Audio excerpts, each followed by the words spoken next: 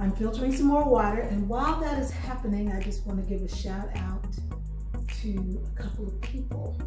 First of all, for Lead Farmer, you need to go to his site and you need to subscribe, because it's he who inspired me to make my own vinegar. That's what I'm making here, using a pineapple that was kind of going bad. So I cut up all of the, I cut the pineapple up, cut the hull off of it, and put those in here to start the vinegar.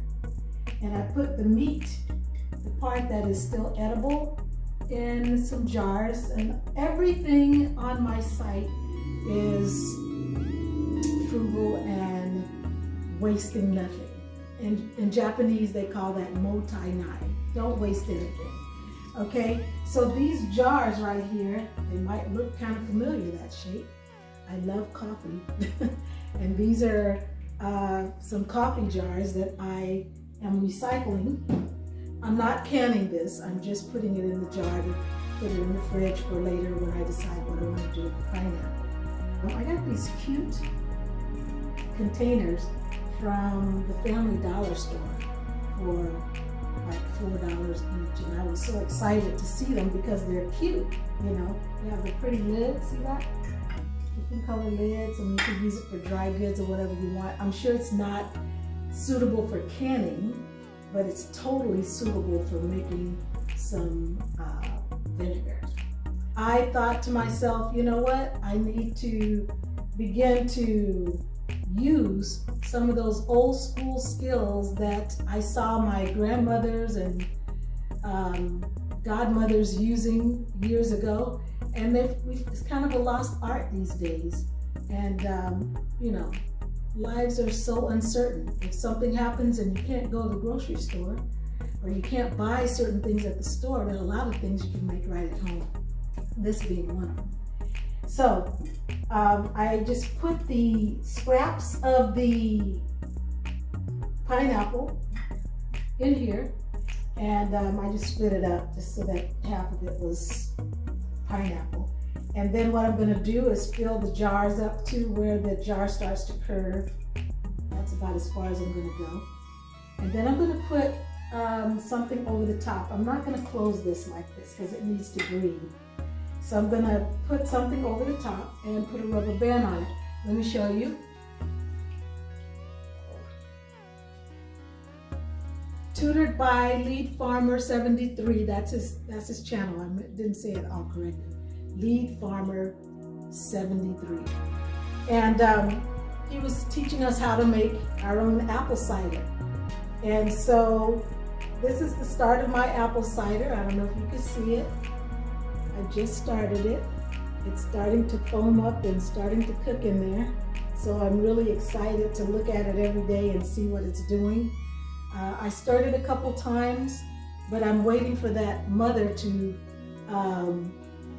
materialize on the top, and then I would probably pour this into one of these jars and make a bigger batch. But Megan told me that instead of using your apples, like, you know, that still have meat on them, she said save the cores, because you could just save the cores and use the cores to make your apple cider. Talking about wasting nothing. I thought that was awesome. So that's how I started my apple cider. I ate the apples, I saved a whole bunch of cores, and then I started this. So we're gonna follow it and see how it turns out. I'm sure it's gonna be great. Okay, I got enough water to finish this guy.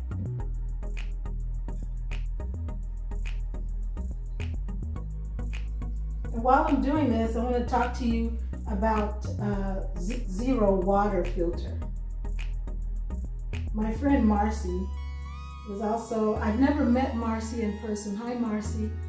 She is a good friend of my husband Steve, who passed away, as you know. Those of you who know me well, my Steve is no longer with us. But Marcy sent us as a gift a zero water filter. Like it was a picture like this. I think it was a bigger one, and also some filters. And I was just drinking tap water and not thinking very much of it. And but then I tried the zero water filter, and then I was like, whoa, what? So basically, the zero water filter, if you're drinking tap water and your tap water tastes like chlorine or whatever, you can pour it into here. It'll filter it out and it takes out all the bad taste, and the water tastes excellent. With my situation now, I live where I have a private well, and the well has, some what they call particulates. It has, little bits of iron and sand and everything else in it. And so it's probably not so good to just drink that straight from the well.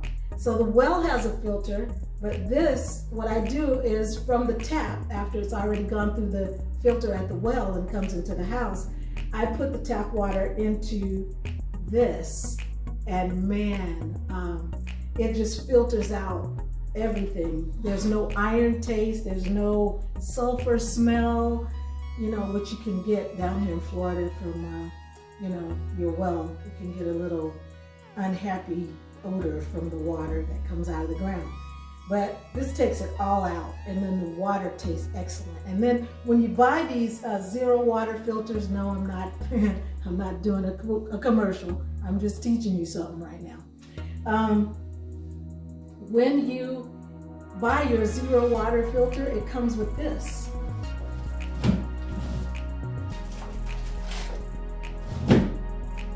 It comes with a little test gadget.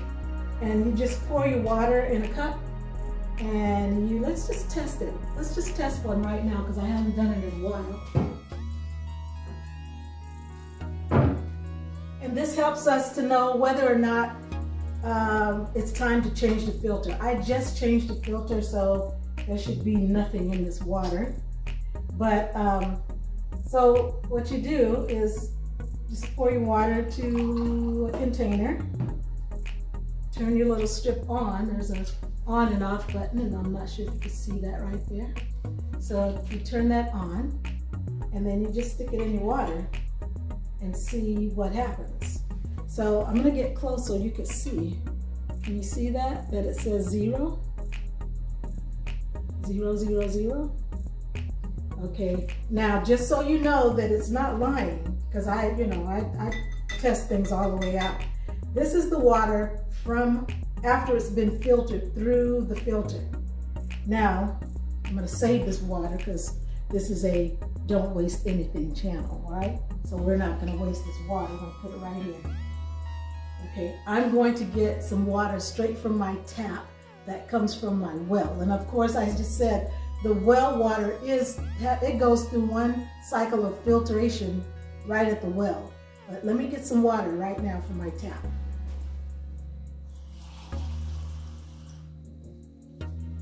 Okay, right away, you can't see it on camera, but right away I can see that water is not very clear. Okay, and I'm gonna test it. Here we go. Can you see that? I think it says, can you see it? 243.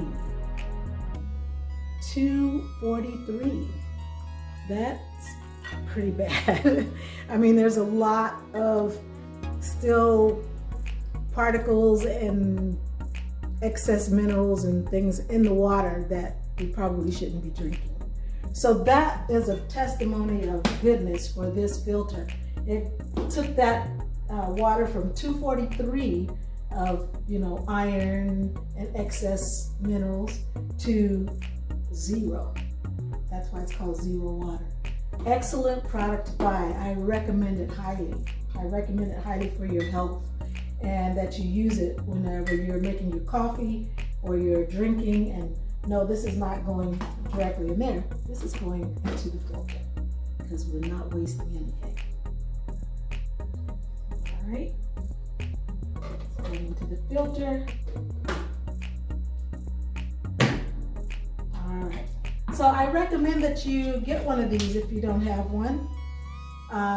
I think that it's an excellent product, and I have to thank Marcy once again. Thank you, Marcy, for introducing me to this filter system.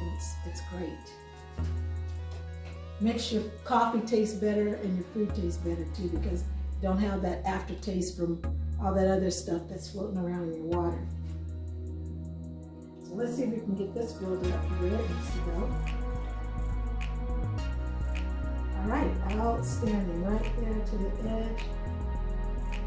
That one's to the edge. Okay. So the next thing we need to do is to cover this. Like I said, I can't use these because it'll block the air out. And as this vinegar is cooking or fermenting, is really the word, as it's fermenting, it really needs to breathe. So what I did is I cut up a sheet, and I'm going to put this sheet over here, this piece of sheet, and I'm going to take this rubber band and put it around the neck of this jar. And just as you saw with my other apple cider that's working over there,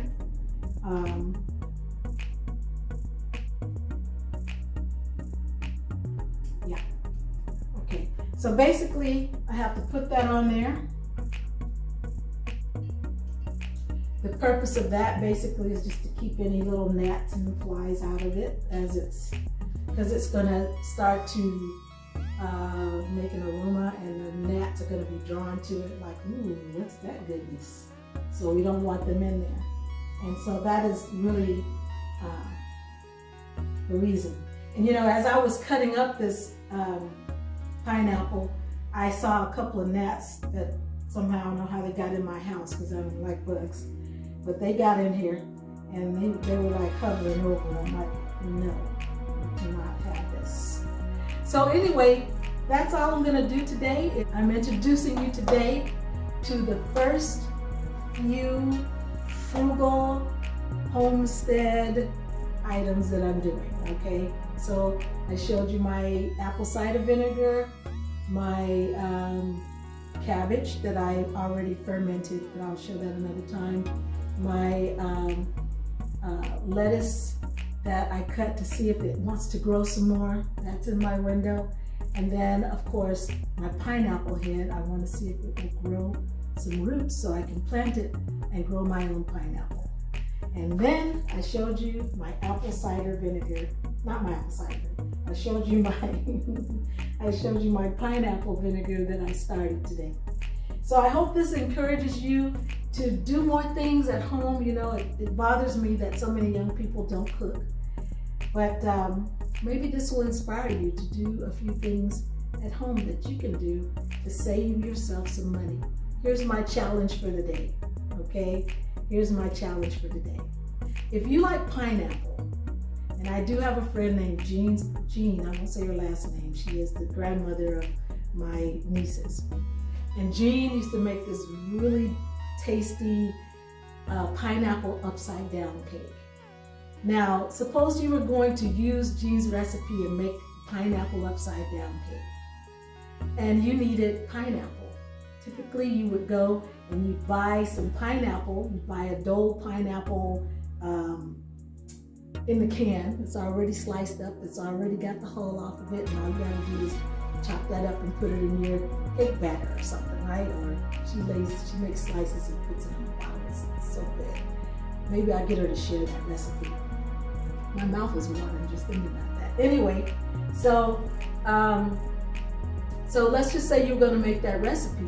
Next time you go to the grocery store, go and look at the cost of sliced Dole pineapples. Okay, pretty good size, regular size can, because you can get that from this pineapple I just cut up. You see how much pineapple we got, right?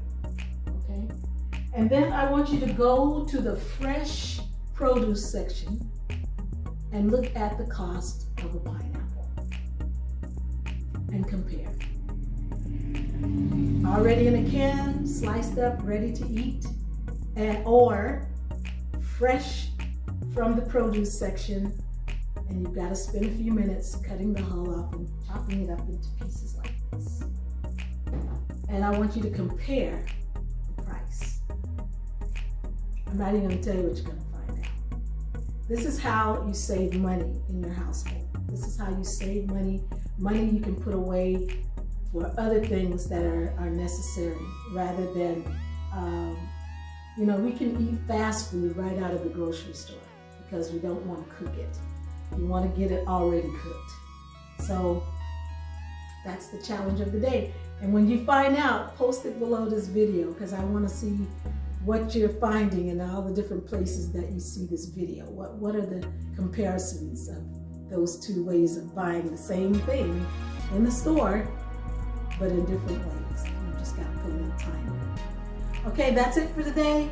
God bless you. Remember, don't waste anything. No time. Bye-bye.